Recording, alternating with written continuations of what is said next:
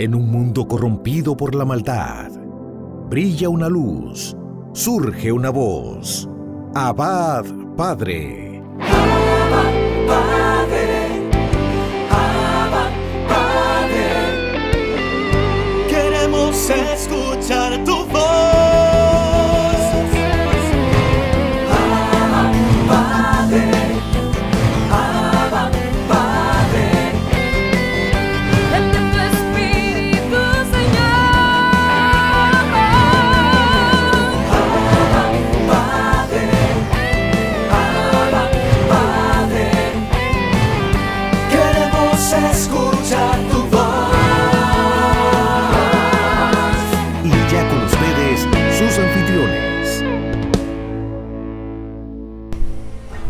Mis queridos hermanos, bienvenidos una vez más a su programa Abba Padre Internacional en este nuevo día que nos regala el Señor para llegar a sus hogares. Qué bendición para nosotros seguirles acompañando. Queremos encomendar este día a la presencia santa de nuestro Señor. Así que te invito a que donde sea que te encuentres, te pongas en actitud de oración y le digas al Espíritu Santo: ven a mi corazón y llena al Espíritu Santo. Ven porque te anhelo y te necesito. Ven y fluye en mi vida y lléname de ti, Espíritu Santo. Te anhelo, te necesito. Ven, fuerza, fortaleza. Ven, Señor. Llena mi corazón, llena mi mente, llena todo mi ser de tu presencia. Te anhelo, te necesito, Espíritu de Dios. Fluye con poder en mi vida. Fluye aquí y ahora sobre mí, Señor. Ven, que te necesito, Espíritu de Dios. Ven con fuerza. Ven con poder. Ven, Santo Espíritu de Dios. Te anhelamos, te necesitamos, Espíritu Santo. Fluye, fluye con poder. Llénanos de ti. Bendito seas. Alabado, glorioso, exaltado y poderoso eres por siempre, Espíritu de Dios. A ti la gloria, la honra y el poder por los siglos de los siglos. Amén.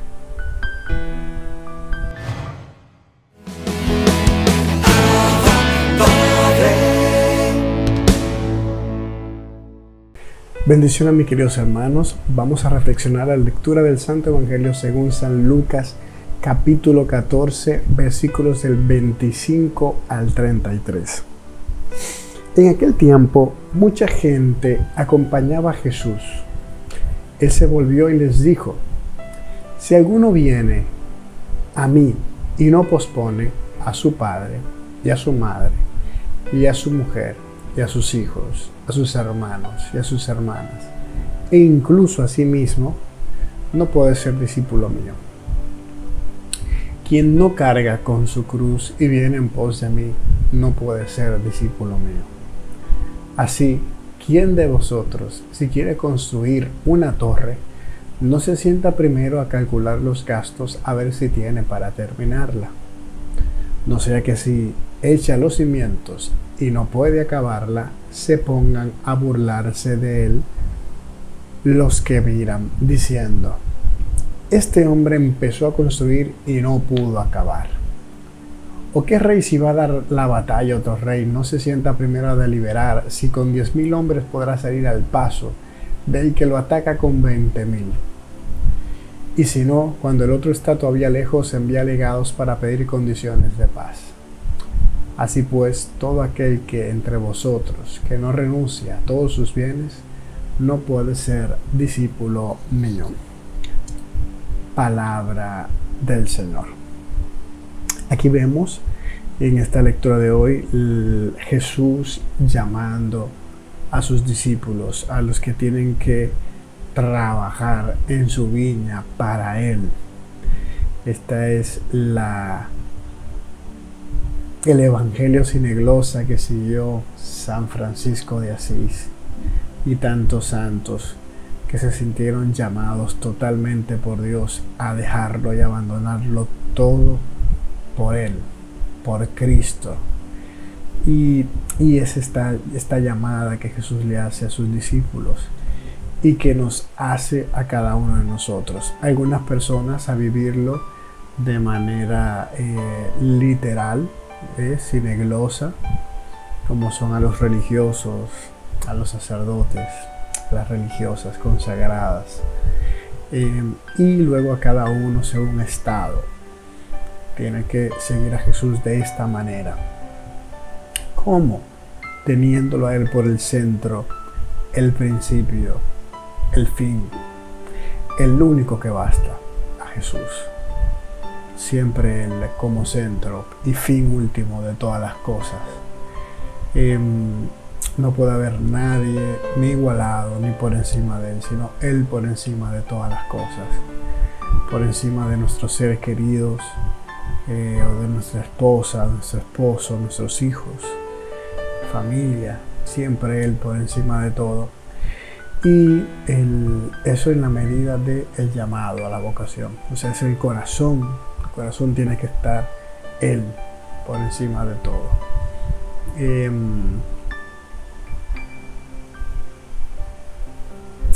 Y lo otro es la cruz. La cruz es a cargar con la cruz. ¿A qué nos refiere Jesús con eso?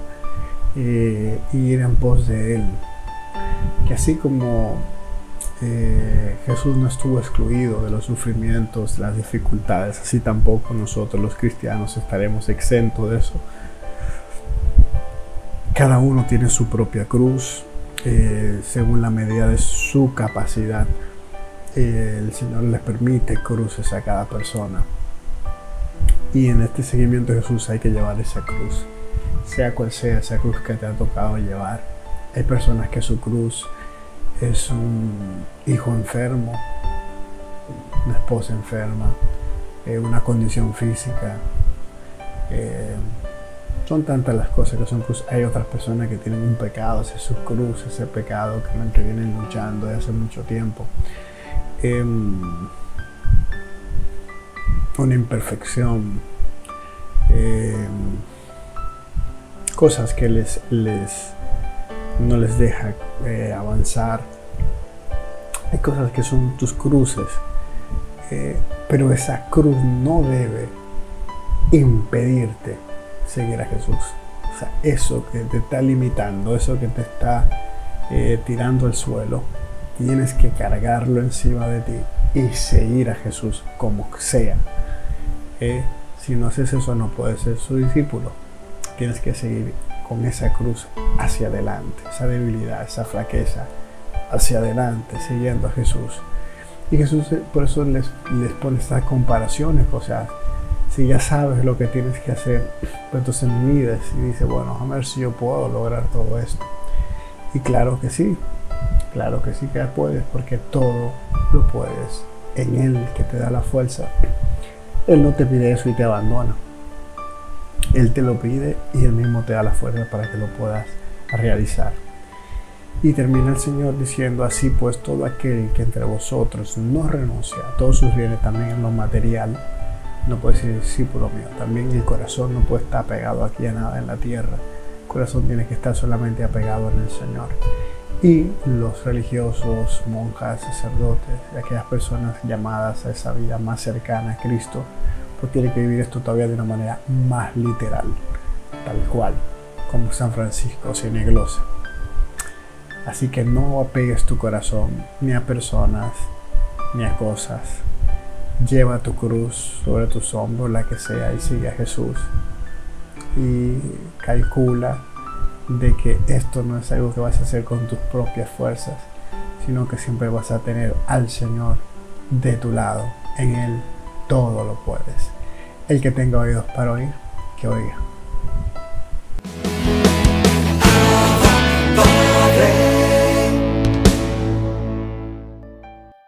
Conociendo al Espíritu Santo, una vez más con el Padre Osman Maldonado, reciban gracia y paz de parte de nuestro Señor Jesucristo. Nosotros meditamos en las cartas de San Pablo, ¿verdad? Que él repite, ya no soy yo quien vive, es Cristo quien vive en mí. Ya no soy yo quien vive, es Cristo quien vive en mí. Y si nosotros seguimos profundizando en la persona del Espíritu Santo, en la acción del Espíritu Santo, podemos ver también en el apóstol San Pablo esa acción del Espíritu Santo. Primero esa acción en su interior, en su corazón, esa transformación interior en él. Y luego podemos ver esa acción del Espíritu Santo en la vida de San Pablo, de los apóstoles, en el anuncio de la palabra, en la misión que han recibido, en la misión que se les ha encomendado de llevar el Evangelio. Entonces, cómo el Espíritu Santo primero va actuando en nuestro interior y después se va manifestando en nuestro exterior. Y es ahí cuando entonces podemos darnos cuenta que el Espíritu Santo siempre está en acción en nuestra vida. El Espíritu Santo siempre está obrando en nuestra vida, en nuestros corazones. Siempre está tocando lo más profundo de nuestro corazón. Y cuando somos alcanzados por esa gracia del Espíritu, es cuando entonces nosotros también nos convertimos en esos instrumentos que siguen alcanzando muchas almas para la gloria de Dios. Instrumentos en los cuales sigue fluyendo la gracia de Dios, que sigue transformando otras vidas para la gloria de Él. Por eso es importante seguir invocando esa presencia del Espíritu. Es importante no olvidar cómo el Espíritu Santo va obrando en nuestros corazones. Es importante reconocer y tener presente aquel primer momento en el cual el Espíritu Santo entró de una forma poderosa, que pudo haber sido en un retiro, en una vigilia, en un momento de oración, en una Eucaristía, pudo haber sido mientras escuchaba el testimonio de una persona. Bueno, se vale de tantos medios para hablar a nuestro corazón, tener presente ese momento que ha marcado nuestra vida, donde cada uno de nosotros podemos identificar un antes y un después de cómo Él va obrando, cómo se va manifestando, de lo que va haciendo en nosotros. Si nosotros somos conscientes de esa presencia, de ese primer encuentro personal, real con el Espíritu Santo, también nos ayuda a volver a revivir esa experiencia, nos ayuda a volver a enamorarnos otra vez como aquella vez primera de Él. Por eso, importante suplicar al Espíritu Santo que nos traiga a nuestra memoria, que nos recuerde siempre esos momentos de gracia en los cuales hemos estado sumergidos en esa presencia del Señor. Y es el Espíritu Santo el que va moviendo nuestros corazones, es el Espíritu Santo el que va moviendo nuestra voluntad para vivir esos encuentros con el Señor. Por eso debemos ser agradecidos siempre también con el Espíritu Santo, porque es Él quien nos va moviendo en este camino hacia la santidad. Y es Él quien nos va configurando día a día con el Señor. Que el Espíritu Santo siga entonces obrando en nuestra vida. Así para que también nosotros algún día, en algún momento, podamos decir convencidos: ya no soy yo quien vive, es Cristo quien vive en mí. Como queriendo decir, el control de todo mi ser lo tiene el Señor. El control de mi vida lo tiene el Señor. Hago solamente lo que el Señor me pide hacer. Me muevo bajo las inspiraciones del Espíritu Santo. Actúo bajo esas inspiraciones del Espíritu Santo. Eso es lo que entonces nos muestra el apóstol San Pablo cuando él dice: ya no vivo yo, es Cristo quien vive en mí. Él era consciente que estaba poseído por el Espíritu Santo. Y con esa fuerza del Espíritu Santo, él iba anunciando la palabra. Y él lo dice: es que yo no he venido a convencer al hombre con razonamientos humanos. He venido a convencer al hombre con la fuerza del Espíritu Santo, que es poder. Entonces, por eso él decía: ya no vivo yo, es Cristo quien vive en mí. Porque él sabía lo que había en su corazón. Él sabía que todo su ser estaba impregnado de esa presencia del Espíritu Santo.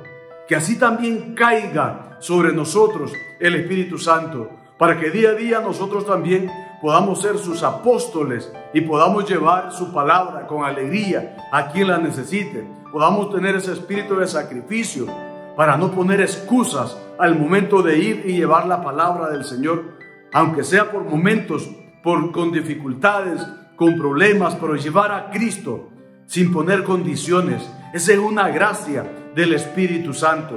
Que sea el Espíritu Santo que nos invada con su presencia, que sea el Espíritu Santo que nos posea con su poder y nos permita ser siempre testigos de su palabra. Y que el Señor les bendiga, les guarde y les proteja de todo mal. en el nombre del Padre, y del Hijo, y del Espíritu Santo. Amén. Bendiciones.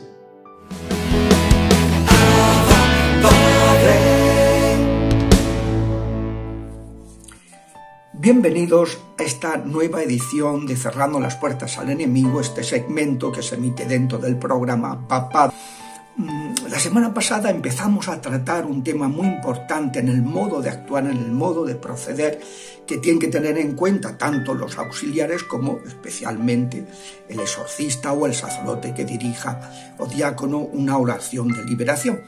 Y es que en ese combate contra el enemigo no se les da protagonismo a los demonios, sino que hay que... el protagonismo siempre tiene que tenerlo Dios. Estuvimos viendo que uno de los errores es el fisicismo, caer en el fisicismo, y que no hay que tocar a los enfermos, hay que atar a los demonios con el poder sacerdotal, que es el poder de Jesucristo, y nada más. Pero luego empezamos a hablar también de que otra manifestación de ese principio importantísimo de no darles protagonismo es que el tema de no dialogar y no con los demonios. El ritual actual no orienta mucho al respecto. Solamente en el número 14 de los prolegómenos, de los prenotanda, advierte sobre la condición mentirosa de los demonios, lo cual ya supone una clara advertencia respecto de que es mejor procurar no orientarse por lo que ellos manifiesten, sino pedir al Espíritu Santo, a los santos ángeles, a los santos, que guíen en la oración, acudir a la intercesión de ellos. A ellos sí que hay que preguntarles, y muestran y manifiestan muchísimas cosas.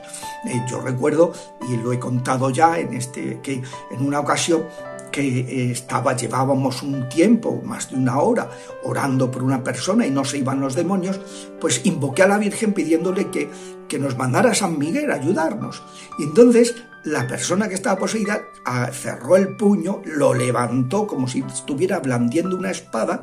Yo pensaba que me iba a golpear y no. Y empezó a decir: alabado sea Dios Padre, alabado sea Dios Hijo, alabado sea Dios Espíritu Santo. Era San Miguel mostrándonos cómo combatirlos con la alabanza, no dándoles protagonismo, sino con la alabanza. Entonces, ya digo que el ritual actual pues hace esa mera indicación de poner sobre aviso de que son mentirosos, son los padres de la mentira. A quien hay que preguntar son a los ángeles, porque además no olvidemos que los demonios son maestros de la restricción mental. Incluso en las cosas verdaderas que dicen cuando se les obliga a reconocer algo, recurren a algún subterfugio, alguna restricción mental para intentar confundir al interlocutor.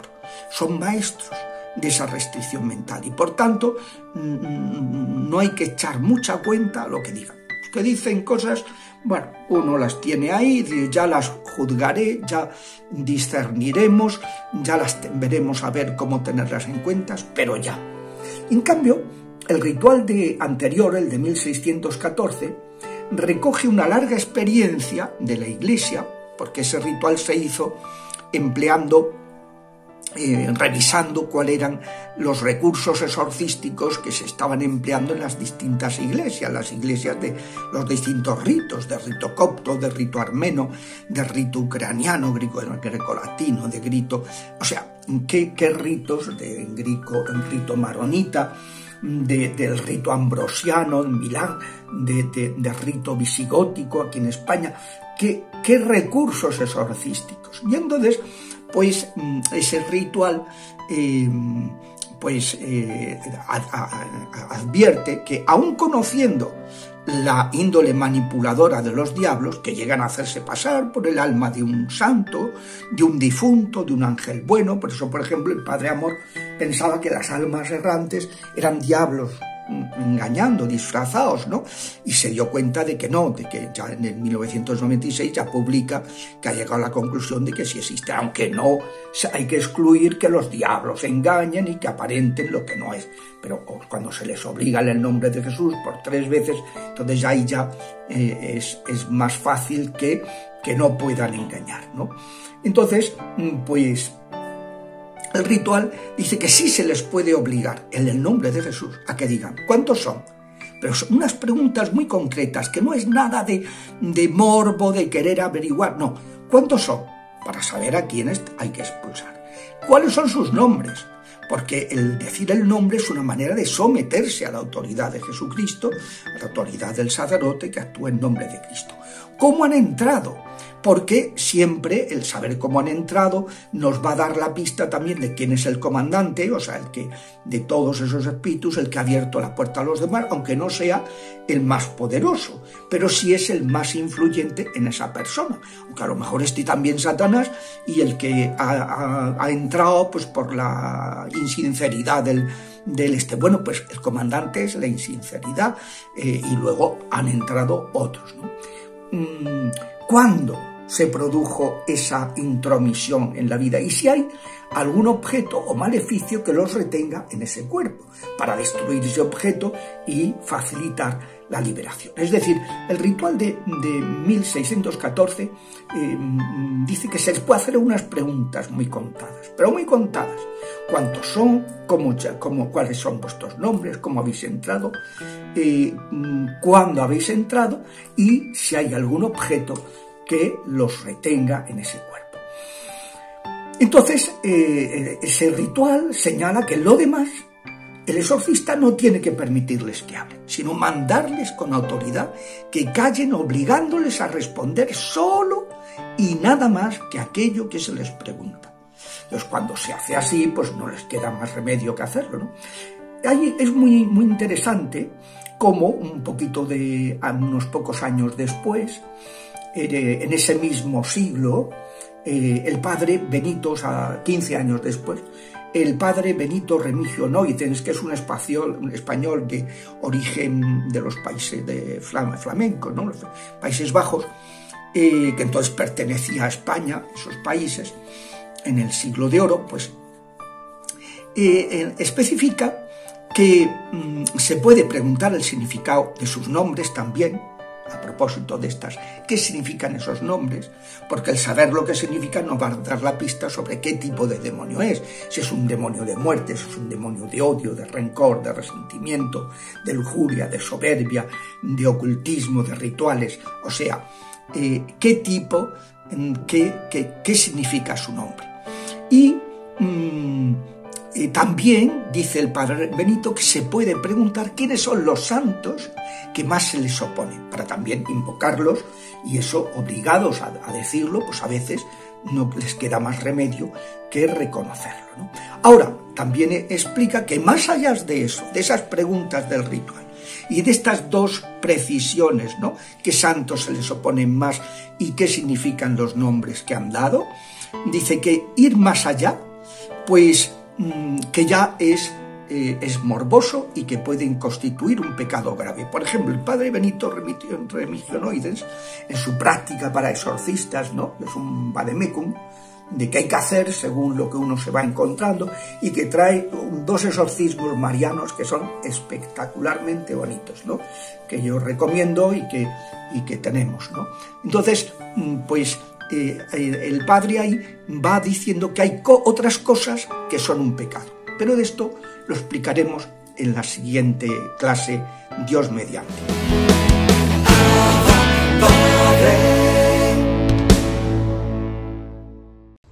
Bendiciones, hermanos y hermanas. Aquí estamos compartiendo con esta gran familia de Abba Padre Internacional. Su hermana Yudelki Sánchez. Me alegro en el Señor de tener esta oportunidad de hablar a toda Latinoamérica, a todos los hermanos que nos siguen a través de las redes sociales, de los medios de comunicación. Qué maravilloso es el Señor. Doy todo honor y toda la gloria a nuestro Señor Jesucristo, que en este preciso momento me concede este espacio de fe para dar testimonio de lo que Él ha puesto en mi corazón, para compartir con todos ustedes.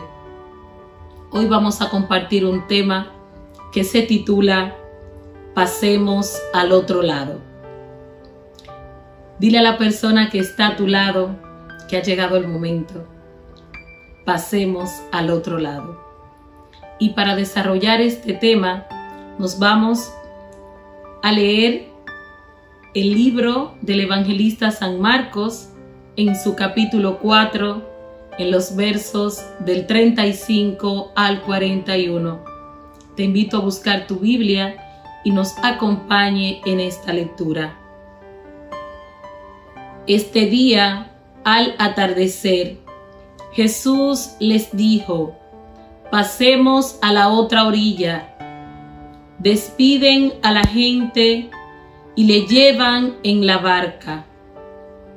Como estaba, e iban otras barcas con él. En esto se levantó una fuerte borrasca, y las olas irrumpían en la barca, de suerte que ya se anegaba la barca. Él estaba en popa durmiendo sobre un cabezal. Le despiertan y le dicen: Maestro, ¿no te importa que perezcamos?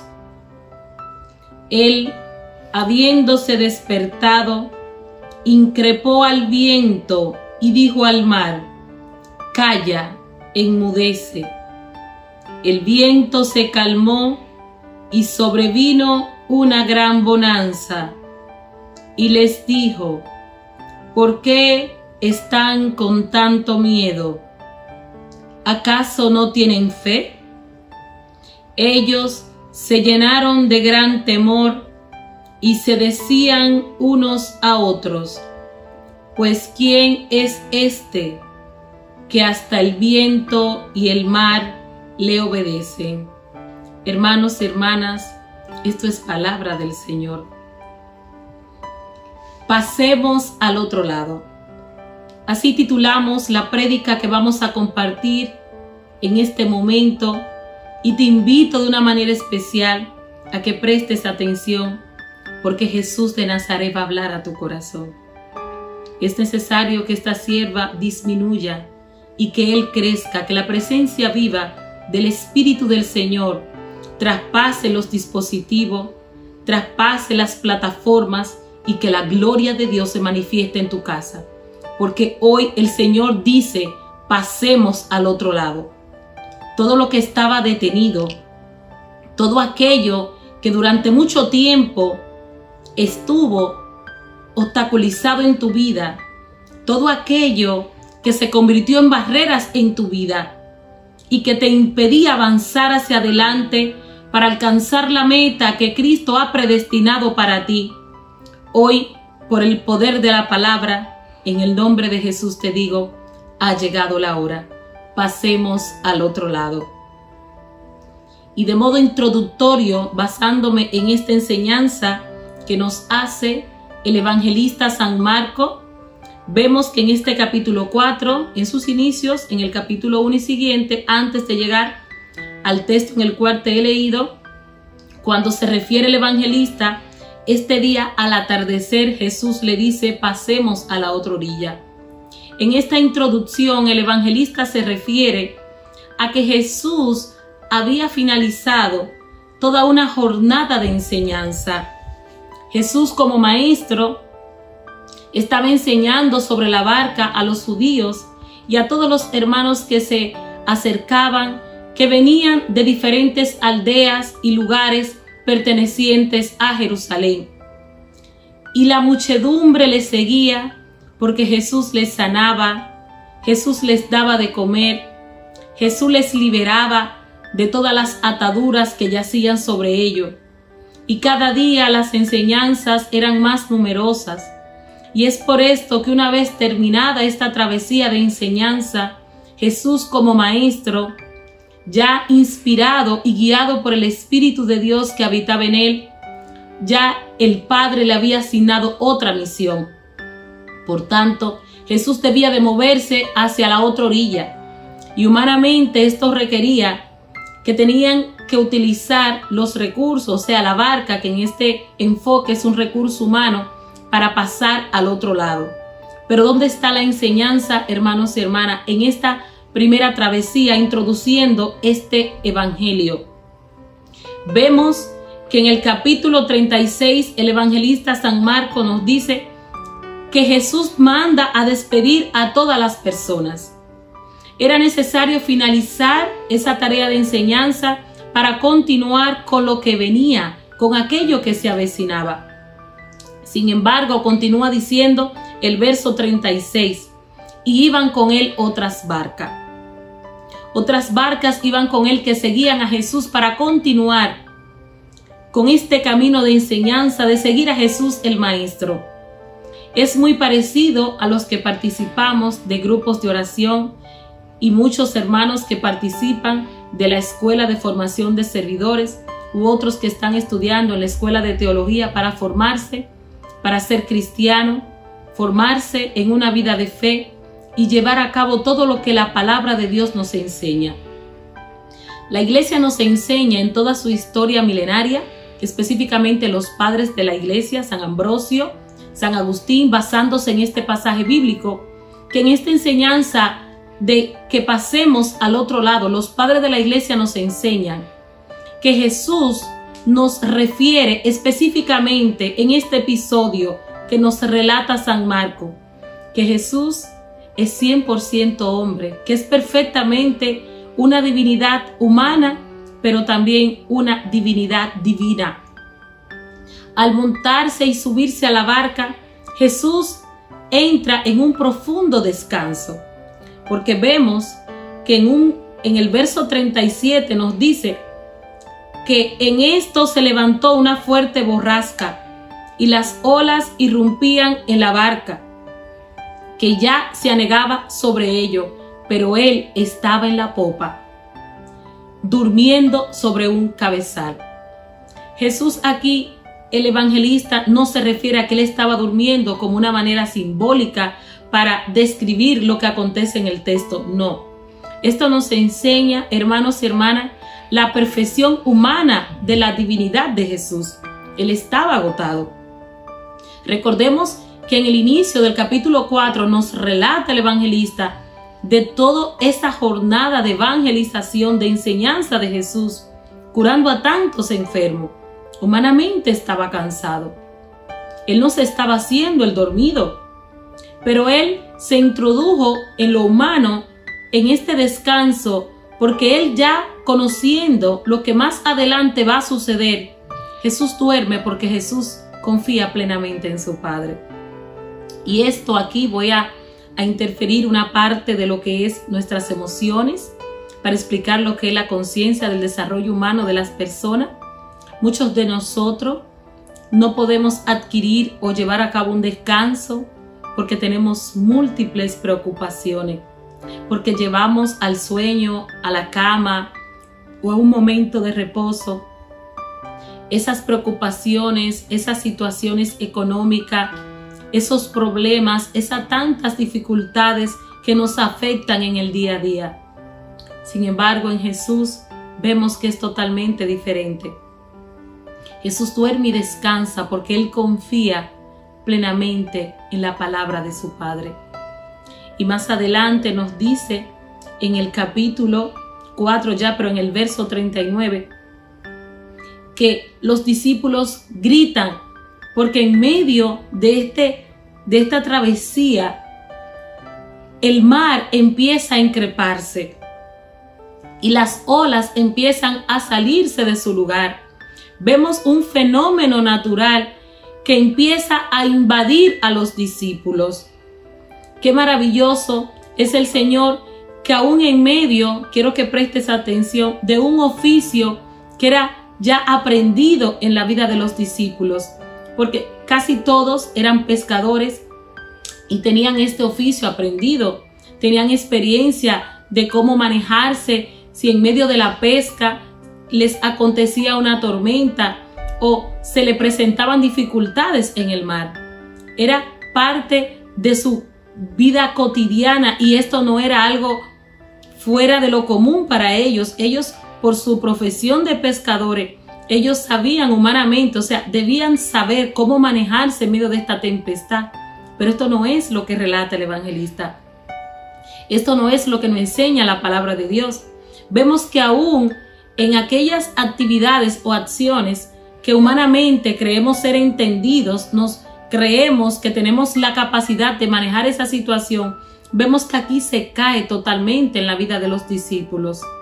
Porque aún siendo buenos pescadores, aún teniendo experiencia en el mar, ellos se asustan. Ahí entra lo que es la parte humana, la esencia del hombre. Empiezan a preocuparse. Y todo aquello, hermanos y hermanas, que habían experimentado con Jesús, todas esas enseñanzas, haber visto a Jesús hacer tantos milagros en nombre de Dios, de ser testigo de una manera literal tan cercana, de ver a ese Cristo que está con ellos sobre la barca que se hunde. Pero ellos inmediatamente olvidan todas esas hazañas. Y esto es parte de la miseria del ser humano, que olvidamos al instante de nosotros experimentar una prueba, olvidamos toda la grandeza, todo lo hermoso que la palabra de Dios nos revela, ya sea a través de la Santa Eucaristía, cuando experimentamos ese acontecimiento tan grande que por el don del Espíritu Santo, ese cuerpo y ese cáliz son transformados en esa manifestación de liberación, de amor, ese milagro de amor de Cristo darse a la humanidad. Pero también cuando participamos de un seminario de vida en el Espíritu, o de un retiro, o de una actividad en nuestros grupos de oración, todas esas experiencias de fe, hermano, rápidamente la olvidamos cuando nos llegan las dificultades. ¿Cómo tan rápido los discípulos olvidan todo lo que Jesús es capaz de hacer por el hecho de que están en la barca y llega esta situación de tormenta? Vemos cómo se describe una fuerte borrasca. En otra versión dice una fuerte tormenta irrumpe la barca y las olas yacen dentro de la barca de una manera tan fuerte que la barca empieza a hundirse. Y al ver esto ya de una manera peligrosa, los discípulos empiezan a gritar: Maestro, Maestro. Pero no es un grito de esperanza, no, hermano, es un grito de terror. Grito de esperanza, te puedo dar un ejemplo, es el grito que ejerce el ciego Bartimeo. Porque el ciego Bartimeo empieza a gritar cuando escucha en el bullicio de las personas que traspasaban aquel lugar camino hacia Jericó. Él escucha que Jesús de Nazaret está pasando por allí. Y él empieza a gritar para que Jesús le escuchara: Jesús, Hijo de David, ten compasión de mí. Y este grito lo hace 3 veces, pero un grito de fe. Es un grito de escucha que sale desde dentro de su alma. Porque él, estando consciente de que Jesús tiene el poder y la gloria para sanarlo de aquella ceguera. Sin embargo, el grito que ejercen los discípulos sobre la barca ante el acontecimiento de la tormenta es el grito de la desesperación ante un hombre y una mujer que olvida de lo que nuestro Dios es capaz de hacer. Es aquel hombre que aún viendo a Cristo manifestarse con obras y prodigios, pero olvidamos, hermano, se nos olvida en medio de la dificultad, en medio de esa prueba o en medio de cualquier adversidad que estemos pasando, olvidamos humanamente que ese Cristo que está en la barca con nosotros, que ese Cristo que está contigo, porque recuerda, hermano, tú eres templo donde habita el Espíritu del Señor.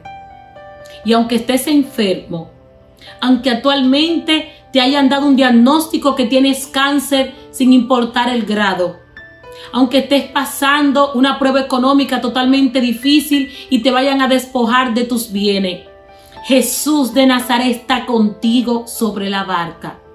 Porque en este momento tu templo, tu casa, tú eres la barca donde está el Espíritu del Señor. No temas, hijo de Jacob.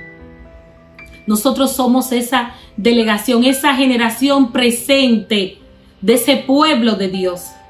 Y es por ello que te invito, por el poder que tiene esta palabra, no temas, hermano. Y si vas a gritar en medio de ese cáncer, en medio de esa tribulación, tú que me estás escuchando por primera vez en Abba Padre, a ti que te enviaron el link y que estás conectado con nosotros, tú que tienes ese diagnóstico de esa enfermedad catastrófica, hoy el Señor te dice, no temas. No grites con desesperación. No te desesperes en medio de ese proceso. Porque aunque las olas día tras día aumenten la intensidad y se figure que te vayas a hundir, que te va a afectar aquel fenómeno natural, Jesús de Nazaret está sobre tu barca. Y Él, que es fiel, no va a permitir que tú te hundas, hermano, hermana. Él no lo va a permitir. Jesús calma la tempestad en la barca de sus discípulos, porque esta era la segunda parte de esta gran enseñanza que ya Jesús venía manifestando con ellos. El proceso, la experiencia de la tormenta era necesario, hermano. ¿O acaso crees que porque has dado el paso de seguir a Jesús, las pruebas y las dificultades no te van a seguir? ¿Acaso crees que porque has iniciado en la escuela de formación de servidores o porque ya hayas dado inicio a formar parte de un grupo de oración, ya te has bautizado, ya tienes los sacramentos de iniciación para llevar a cabo una vida de fe y estás participando de las celebraciones eucarísticas, no solo los domingos, sino cuantas veces te es posible? ¿Acaso crees que por todo esto la tormenta no te va a perseguir? Todo lo contrario, hermana. Todo lo contrario, hermana.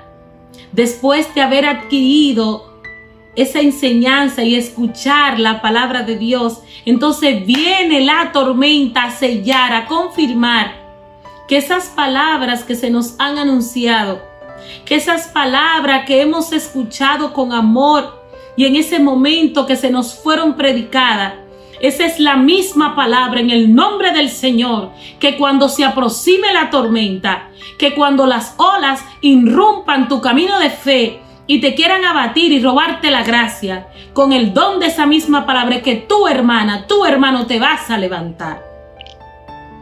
Tú te vas a levantar en el nombre del Señor, porque escrito está, dice la palabra de Dios, que el enemigo no tiene parte en nuestras vidas. Y como exclamó el profeta Isaías, si estás pasando un proceso de enfermedad, que por su sangre y por sus llagas somos curados y sanados. El mismo San Pedro en su primera carta, capítulo 5, los versos 8 y 9 nos dice: sed fuerte y resistir al diablo, y él huirá de vosotros. Porque en este fenómeno de que el mar se encrespa, que las olas se enfurecen y salen de su lugar, vemos un fenómeno de ataque. Pero no es exclusivo que sea el enemigo, pero sí se puede situar en las diferentes áreas de tu vida donde estés siendo atacado, donde tú te sientas que ya no puedes más, que con tu propia fuerza tú no puedes enfrentar ese fenómeno natural o sobrenatural que te esté atacando. Si en este momento estás pasando lo que es una experiencia de que tú requieres una liberación espiritual, no importa el fenómeno, no importa la circunstancia, lo que importa, hermano y hermana, es que Cristo Jesús está en tu barca. Y que el grito que a partir de hoy tú y yo vamos a entonar es un grito de esperanza. Jesús, Hijo de David, ten compasión de mí. Que así como explica la travesía del Evangelio, que todas esas palabras que se nos han predicado, que todas esas experiencias durante este caminar de nuestra vida de fe hemos vivido y estamos conscientes de que Jesús tiene poder. Este es el momento de que tú y yo lo llevemos a la práctica. Y esto es lo que significa pasemos al otro lado. Que una vez alimentados de la palabra, fortalecidos con el cuerpo y la sangre de Cristo, vamos a continuar a llegar al propósito de Dios. El otro lado representa la meta, el propósito, el camino, lo que Dios tiene reservado para ti. Y es un propósito diferente en cada persona. Dios quiere hacer cosas grandes. Y antes de orar, quiero leerte este pasaje bíblico en el nombre del Señor. Cito 1 Corintios en su capítulo 10, verso 13. No os ha sobrevivido ninguna tentación que no sea humana, pero fiel es Dios, que no os dejará ser tentados más de lo que podáis resistir, sino que dará también juntamente con la tentación la salida para que podáis resistir. San Pablo se refiere en este pasaje que si tú estás pasando una tormenta o una situación difícil, es porque ya Dios te ha capacitado. Ya Dios te ha preparado para que tú pases esta prueba. Y tú vas a llegar al otro lado porque el Espíritu del Señor está sobre ti. Vamos a orar en este momento, hermano. Yo te invito a cerrar tus ojos. La oración es una expresión voluntaria, es una decisión, es una necesidad. Vamos a hablar con nuestro Dios. Vamos a dirigirnos al Dios que calma el viento, que calma la tempestad. Al Dios que sana el cáncer, que sana el SIDA. Al Dios que levanta a los hermanos que se encuentran en las unidades de cuidados intensivos a causa del COVID. Al Dios de lo imposible que se hace presente en este momento. Amadísimo Padre, clamamos a ti en este preciso momento. Tú eres un Dios de amor. Tú eres un Dios de misericordia. Te presento a todo este pueblo que está conectado con Abba Padre Internacional. Espíritu Santo de Dios, ven a fortalecer nuestros corazones. Ven, Espíritu Santo, a aumentar nuestra fe. Enséñanos a clamar, pero con un clamor que salga desde nuestro corazón.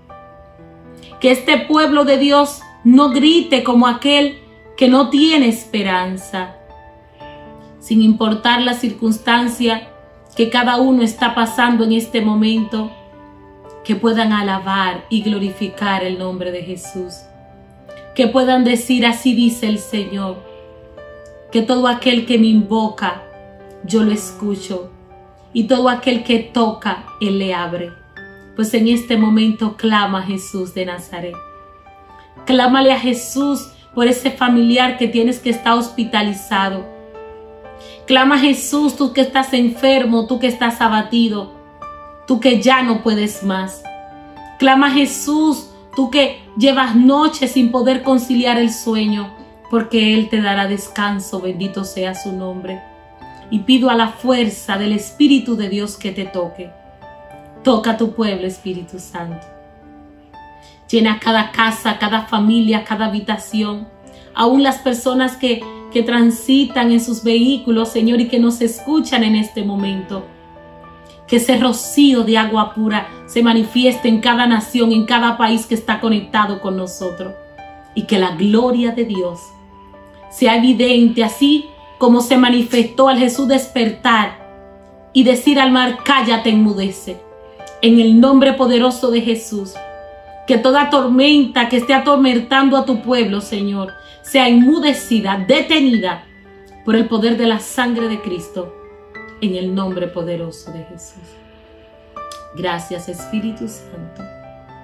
Gracias porque tú te estás paseando por cada familia. Gracias, Espíritu Santo, porque tu amor no tiene límite.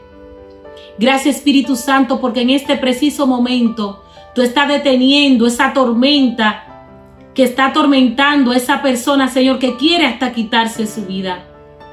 Esas voces malignas, Señor, que hablan a esa hija tuya, queden ensordecidas, enmudecidas en este preciso momento, en el nombre poderoso de Jesús.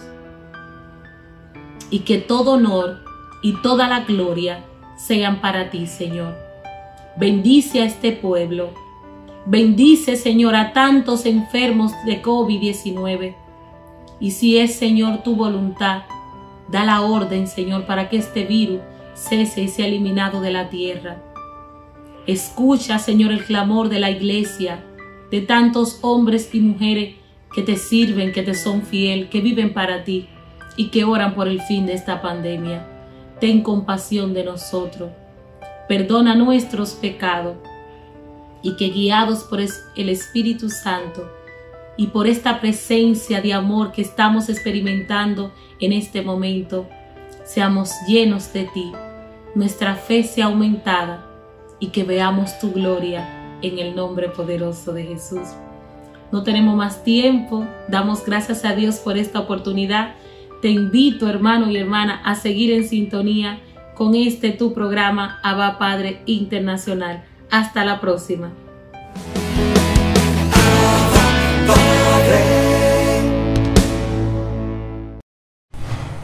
Hemos llegado al final de este programa el día de hoy, esperando que ha sido de bendición para ti.